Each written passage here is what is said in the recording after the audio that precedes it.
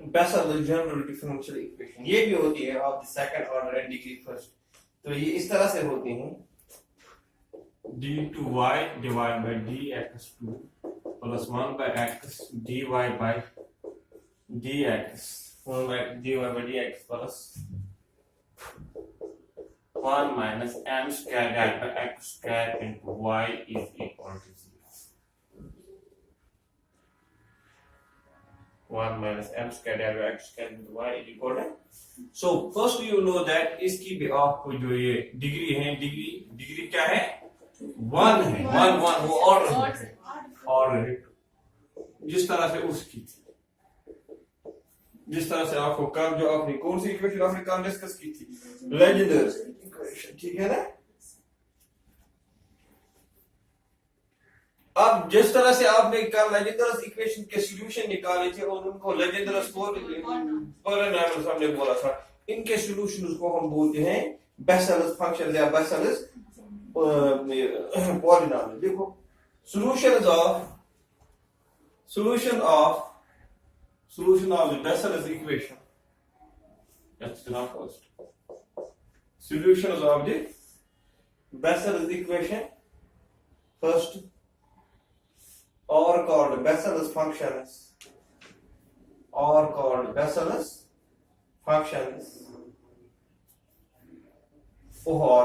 Bessel's polynomials.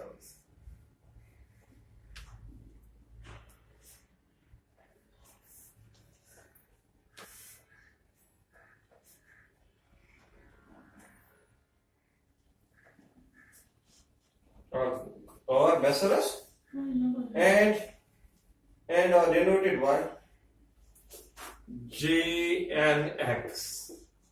इस तरह से हम इनको डिनोट करते हैं J and X। इसको हम बोलते हैं Bessel's function of order and Bessel's function of order and Bessel's function of order and, ठीक है ना? तो ये J and X किसके इक्वल होता है? J and X is equal to, यहाँ पे याद रखोगे, summation r running from 0 to infinity minus 1 raised to power r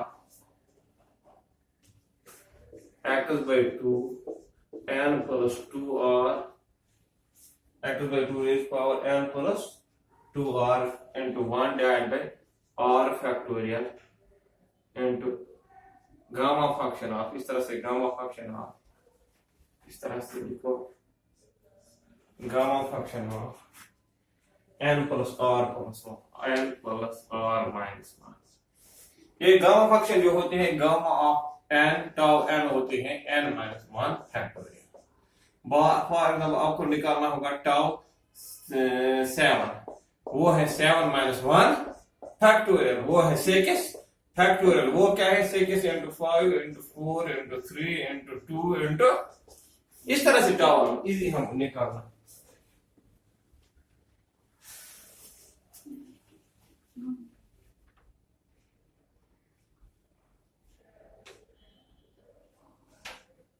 तो ये होता है J n इसके इक्वल।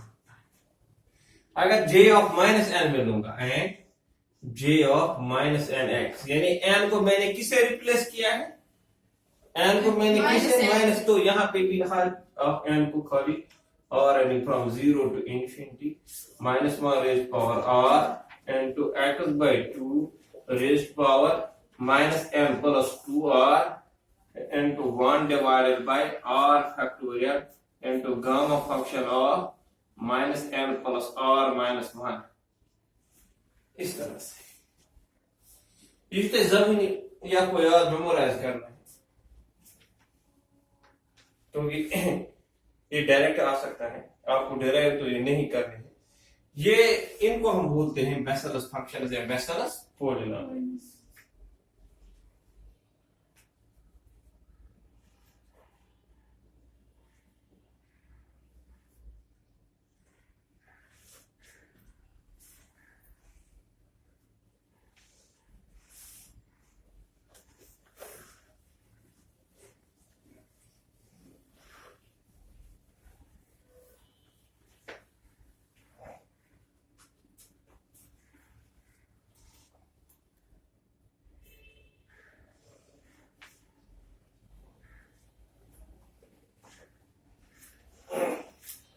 ठीक है, लिखो नीचे नोट में। The most general solution of Bessel's equation is y equal to a into j n x plus b into j minus n x. The most general solution of the Bessel's equation is y equal to a j n x plus b j minus n x, while a and b are arbitrary constants. जिस तरह से कल आपने linear equation का वो general solution देखा था, वो क्या था, a into p n x plus b into q n x देखा था ना हमने।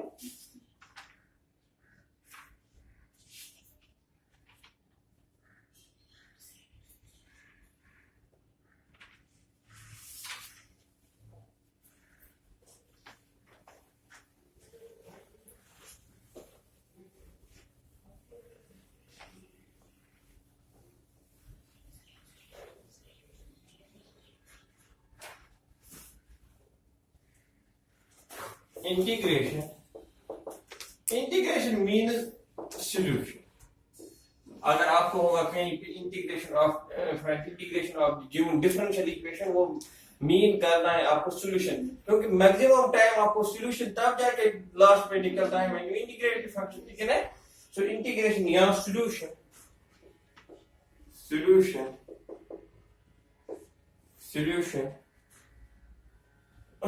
of Bessel's equation.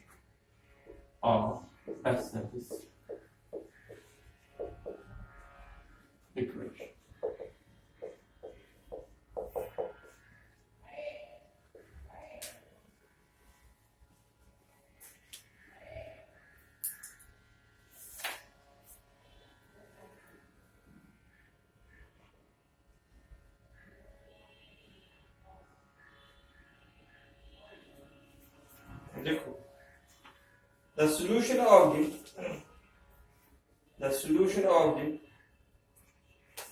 क्या लिखा आपने, integration of solution of Bessel's equation है, लिख दो, मगर for n equal to 0, for n equal to, यानी इसके, यानी जब आप बेसेल्स इक्वेशन में n ले लोगे 0, लिखो आप solutions of the equation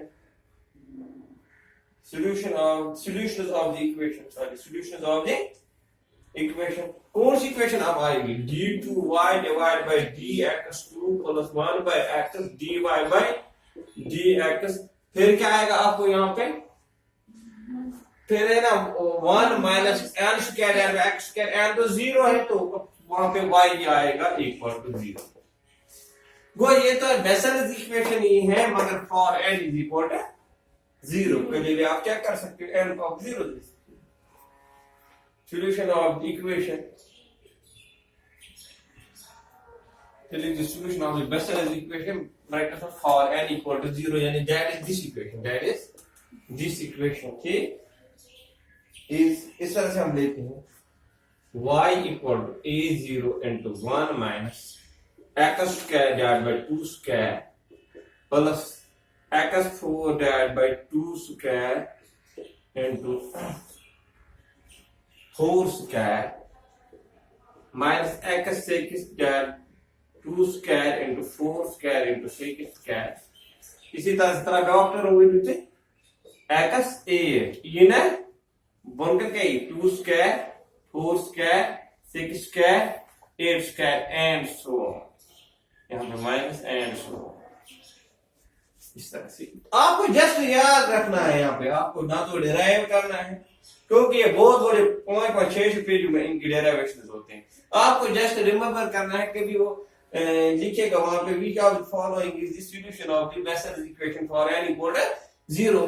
यहाँ पे आपको लिखना है, देखना ये सीरीज याद रखनी है, ठीक है ना।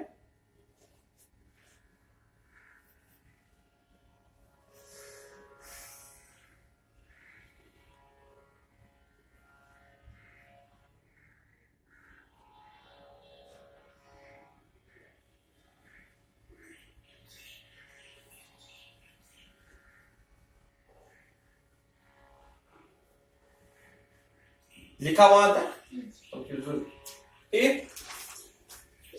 this a0 is equal to if this a0 is equal to 1, अगर मैं लेता हूं a0, जो ये सोल्यूशन बन जाएगा ना इस इक्वेशन का, वो हम j0 से डिनोट करेंगे।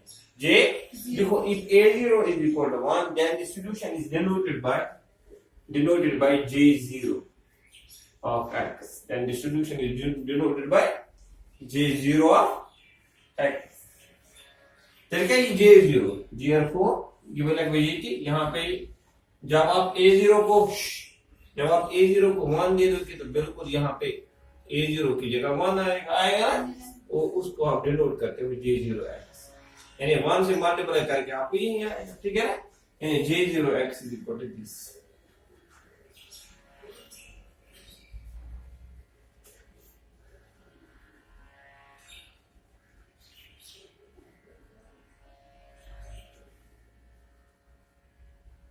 इसको हम बोलते हैं Bexell's functions of zero order, Bexell's function of Bexell's function of zero। समझ आ रहा है?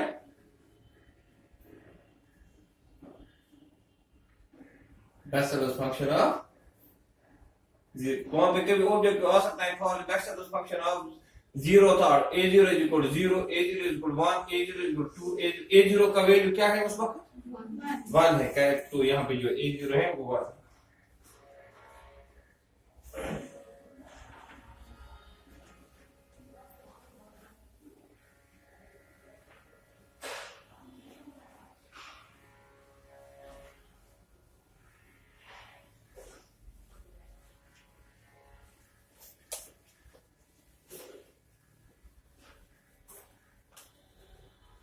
ठीक है, generating function of j and x, generating function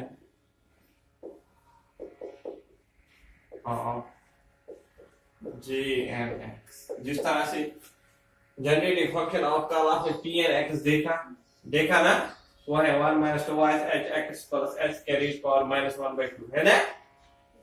तो अब हम इसकी जनरेटिव फंक्शन देखेंगे, आपको खाली याद रखना है ऑब्जेक्टिव के लिए। देखो, when n is a positive integer, when n is a positive integer, comma j and x is the coefficient of j and x is the coefficient of z and coefficient of z and z raised power n in the expansion of e raised power x into z minus 1 by z whole square divided by 2।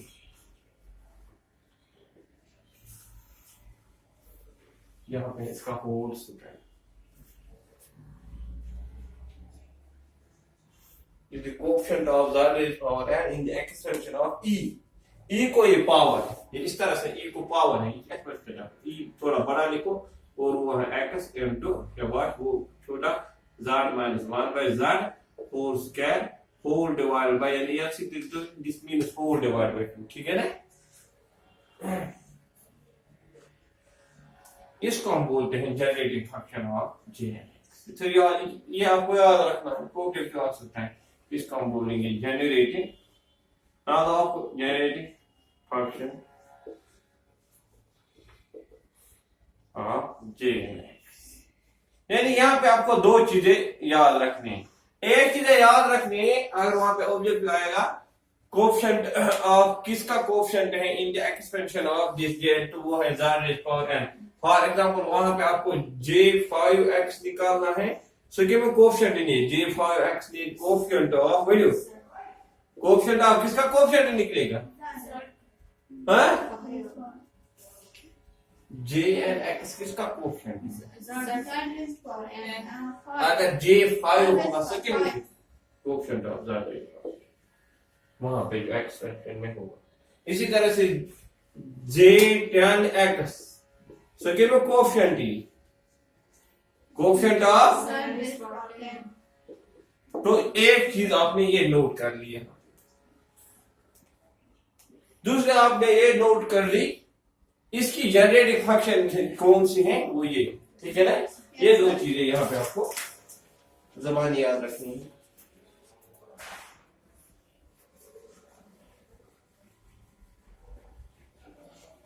और एक ये result है jn minus x, ये कुछ important result है दोस्तों। Result jn minus x is equal to minus 1 raise power n jn x। For example j5 minus x, j5 minus x को किस तरह से आएगा, minus 1 raise power 5 j5 x minus 1 raise power 5 minus j5 x। इस तरह से हम निकाल सकते।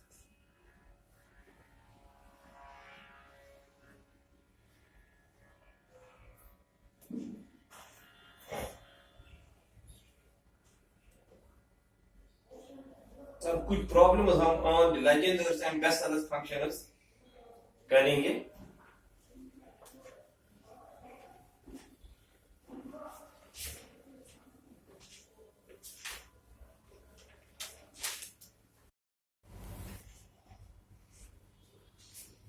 बेसेल्स इंटीग्रल है jn x is equal to 1 by pi 0 to pi cos of n pi minus x, cos of n pi minus x, n pi minus x sin pi, x sin pi d phi। ये अगर यहां पे मैं 0 देता हूं, if n is equal to 0, तो j0 क्या आएगा, j0 x is equal to 1 by pi integral 0 to pi cos of, यहाँ पे n की जगह 0 माइनस x sin pi, क्योंकि n हमें 0 लेना है, n, ठीक है ना, और यहाँ पे d phi। And you know that cos of minus theta is cos theta, cos minus को एब्जॉर्ब करता है, ये टोटल में आएगा 1 by pi 0 to pi cos of x sin phi d phi।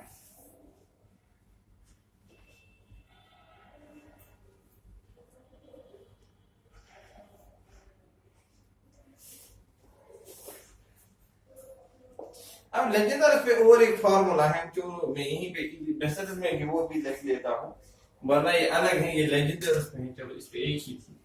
तो और एक फार्मूला लेजेंडर पे -1 to 1 Tn x dx is always equal to 0 or n greater or equal to 1, n greater or equal to, यानी n को 1 से लेकर आप कोई भी वैल्यू दे दो 0 के बगैर, ठीक है ना।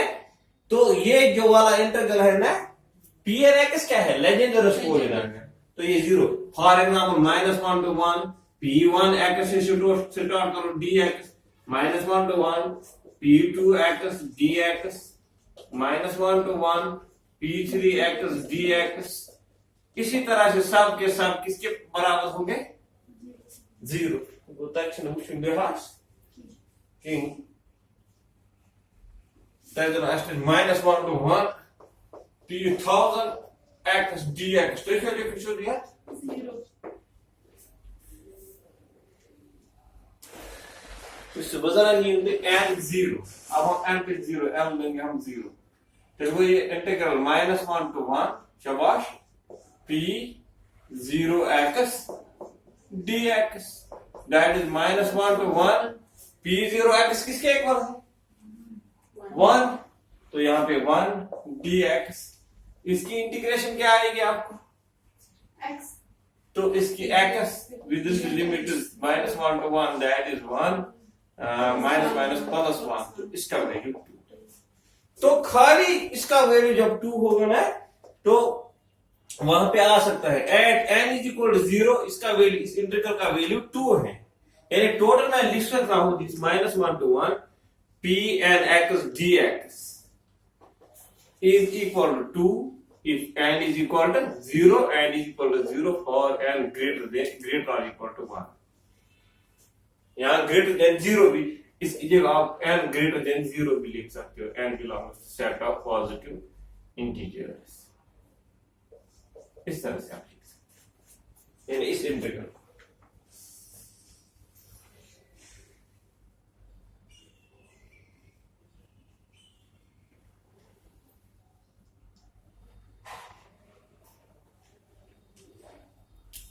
कितना सिंपल होता है, ठीक है ना.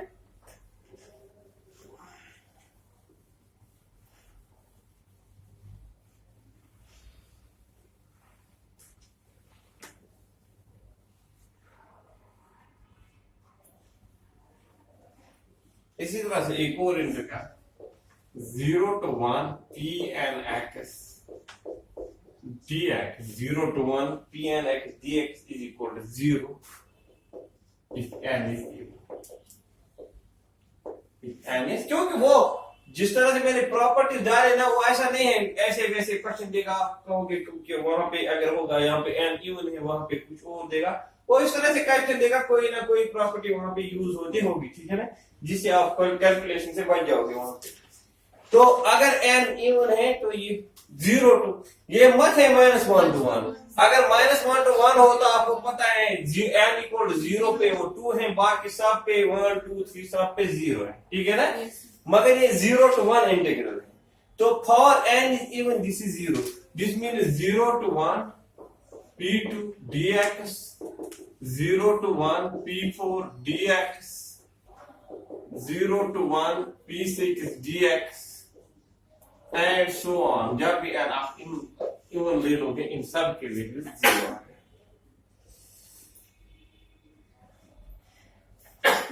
आप चेक भी कर सकते हो, अगर मैंने मेथड चेक करो 0 to 1 p2x dx, तो वो क्या है आपको 0 to 1. बोलो p2x क्या है, 1/2 क्या है वो 1/2 thrice x square minus 1, ये होता है p2x. आप देखो इसकी इंटीग्रेशन करो 1/2, इसकी इंटीग्रेशन क्या आ जाएगी, शाबाश, ये आएगी आपको 3x³ divide by 3 minus x 0 to 1. इसकी तो कैंसिल हो जाएगी 3 और 3. This is 1/2. अपर लिमिट क्या आएगा आपको, पहले 1 ले दो, वो आएगा 1³ माइनस 1 तो 0 है, माइनस अपर लिमिट 0, तो ओवरऑल क्या बन गया 0.